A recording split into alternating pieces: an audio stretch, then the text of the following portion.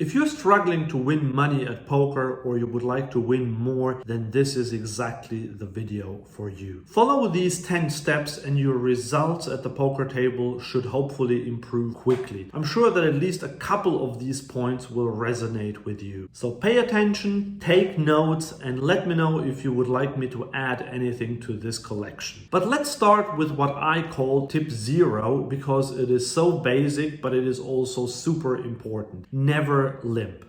I don't care if there are 3 players that have limped in before you. I don't care if you have pocket aces under the gun and you want to get tricky and limp re-raise or something like that. Just never limp. Yes, I know there are some very specific exceptions where you can limp, but no offense, most of you and I and many other players are not really good enough to know when these exceptions happen. So that's why I'm saying just make it really simple and easy and never limp. But now let's move to the first real tip. Play the correct pre-flop ranges. This should actually be super easy because you can get solved ranges online for free on loads of platforms. I really like to use GTO Wizard because they have solved ranges, opening ranges, 3-bet ranges, calling ranges for every position against every sort of open and even different sizes, different rake structures, and even for specific sites like, for example, GG Poker. But you can use pokercoaching.com's ranges. You can use Upswing Labs coaches. There are lots of platforms out there. Just make sure you get one of those and really study them in depth. You don't have to learn them by heart as long as you know roughly what's going on in every position. So just make sure to memorize your opening ranges because they are very important, and roughly knowing what kind of hands to 3-bet, what kind of hands to call in every position. As long as you do that, you will be fine. And if you're struggling to memorize the correct ranges, then just leave a comment below because I have some very useful tips on how to memorize those ranges very quickly and easily. In 2024, there is no excuse for not knowing your pre-flop ranges. This is the easiest street to learn, so get to work. And this leads to point number 2, which is kind of related because once you start memorizing the pre-flop ranges, you will notice that you probably play a bit too loose. So tip number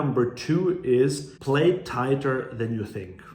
The reason why live poker is super profitable is because most players play way too wide ranges. They are super loose. Don't be one of them. Just play a good, solid, tight, aggressive style. Don't call an early position raise with something like ace-10 offsuit in the hijack. Don't call 9-7 suited in the small blind after middle position raises. All these hands will cost you money. Trust me. Yes, you might win the odd big pot, but most of the time you will just lose small to medium-sized pots. For example, in the ace-10 example, the flop comes ace-6-4. You call a small c-bet on the flop. You call a big bet on the turn.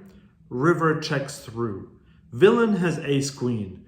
You just lost a bunch of money and you might think you got unlucky. No, you had no business being in that pot. Tip number 3, notice what your opponents do wrong and exploit them.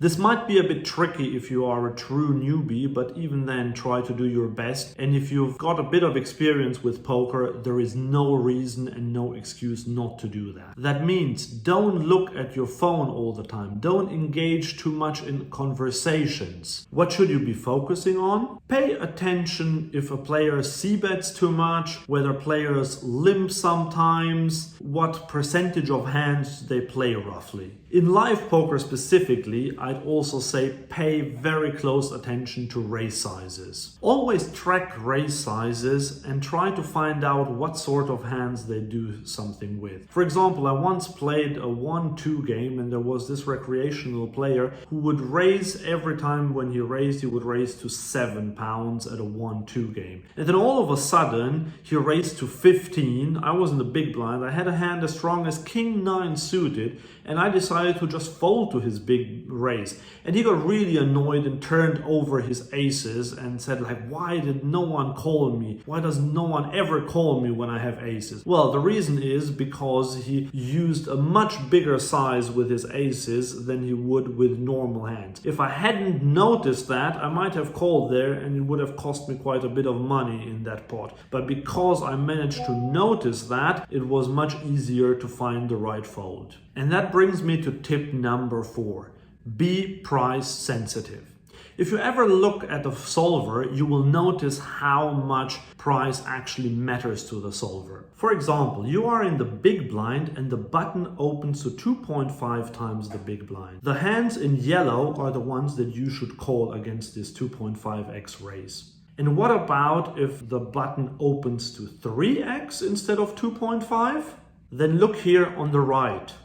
Do you see that quite a few hands that were calls at a 2.5x raise are now folds? Like for example, all these offsuit aces and some of the suited hands like lower suited queens. In live poker, the standard raise is often 5x. For example, at a 1-2 game, they open to 10 or sometimes even more than that. Now guess what that does to your defending range? Obviously, you should defend, which means call, much tighter than against a 2.5 or 3x raise. But many players will still call Jack 10 offsuit in that spot or A7 offsuit or something like that. And that is a mistake.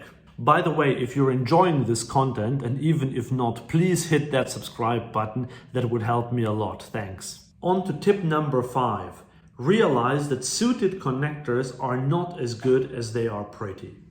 If you ask random recreational players what their favorite hands are, apart from aces and kings, most of the time you will hear suited connectors. And aren't they pretty? Those 7-8 of hearts, 5-6 of clubs, 10-9 of diamonds. They might be pretty, but they're not really great. If you open raise such a suited connector from early position, they are break even at best. And that assumes that you are a really good player. As soon as you make a tiny mistake, they are already in negative EV territory. Once someone raises before you, you should not call with suited connectors unless you are in the big blind. Even on the button, it is a losing play if you call with a hand like 9-8 suited. There are some exceptions. For example, when I know that the blinds are really bad players and I'm somewhere on the button or in the cutoff and I don't expect to get 3-bet enough, then I might call there. But realize that you have to really make up for it with good play post-flop in order to make a profit with these hands. And sometimes you will hit a flush with your suited connector and then you will get stacked by the nut flush. So if in doubt, just fold those pretty connectors. And tip number 6, relative hand strength versus absolute hand strength.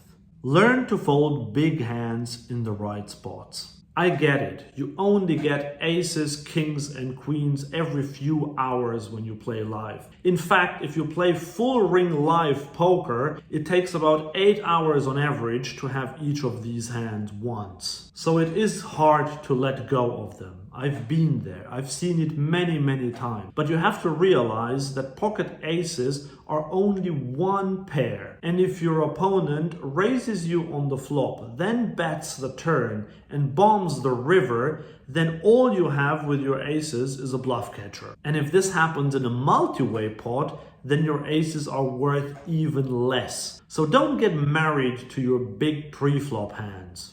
Poker is all about relative hand strength. But sometimes you will have really strong hands yourself, either because, for example, your aces are still close to the nuts or because you flop a really big hand. And that leads us to point number 7, fast play your big hands. So many players sandbag their big hands because they are terrified of losing their customer. They would rather win $10 every single time rather than stacking their opponent for about 25% of the time and not make a single penny the other 75% of the time. And they could not be more wrong. I recently witnessed a hand where a guy opened with ace king, another guy called with ace queen.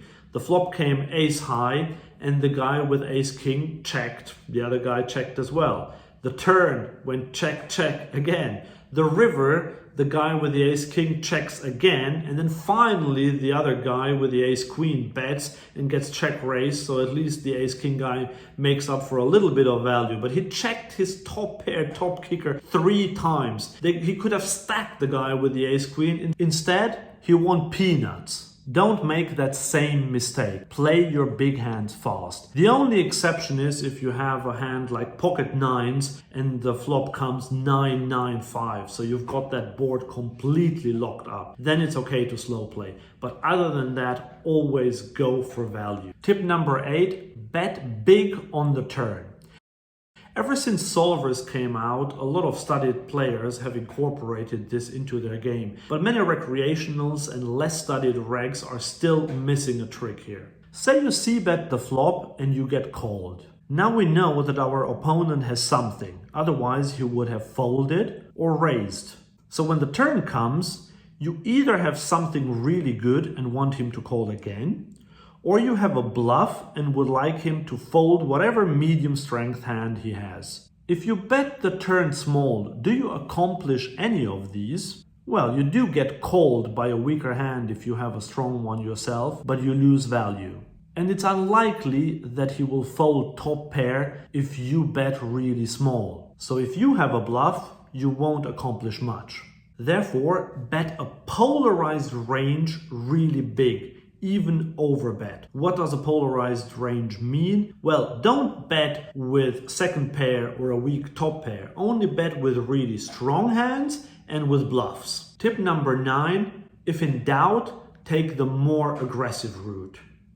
Recreational players and beginners often choose the more passive route. They call a middle position raise with king-queen offsuit on the button, or they call the flop with a flush draw rather than raising it. And whilst that is not wrong, they rely on their hands to improve in order to win. If you always just react instead of acting, then you only have one way of winning, and that is showing down the best hand at showdown.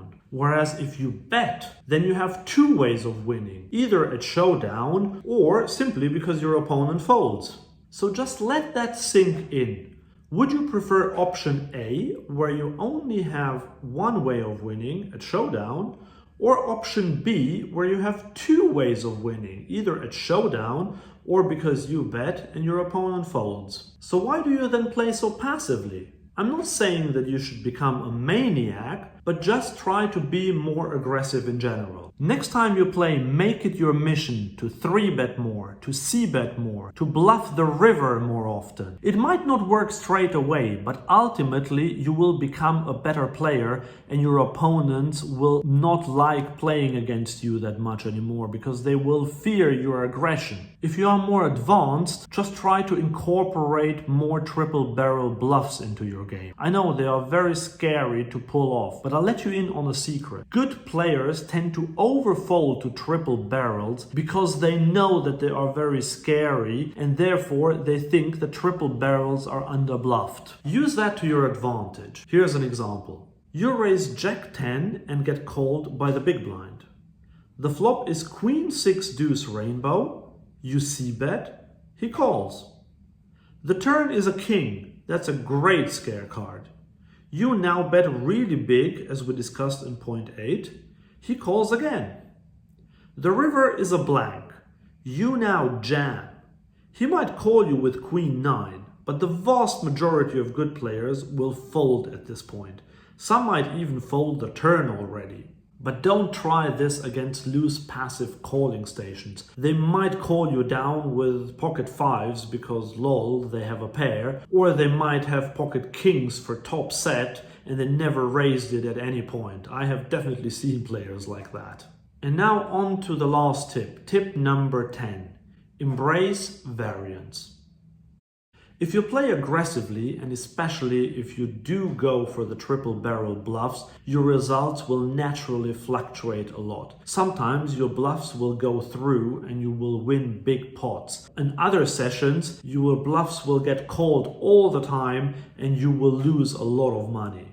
So you have to come to terms with variance. You have to embrace it. I know it is very hard and I struggle with it myself sometimes. And almost everyone else does. But variance is an integral part of poker. So you either embrace it or you should quit and play something like chess. Chess is a game where there is hardly any variance involved. It's completely skill-based. But variance is the main reason why poker is profitable. Short-term variance disguises long-term success. The only reason why weaker players can suck out on you is variance. That makes the game more attractive because that keeps them in the game and you as a studied player can win more. You need to develop a strategy to cope with the bad luck and the bad beats. If you want to know how to do that, then click on the video right here.